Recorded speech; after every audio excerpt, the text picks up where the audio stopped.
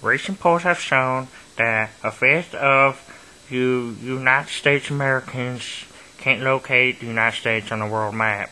Why do you think this is? I personally believe that all African Americans should have Life Alert, and I think that they don't have.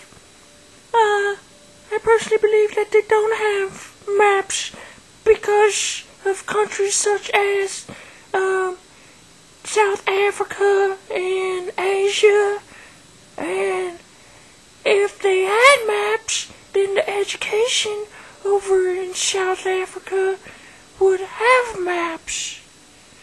And if you have a map, you will know where the United States is on a world map.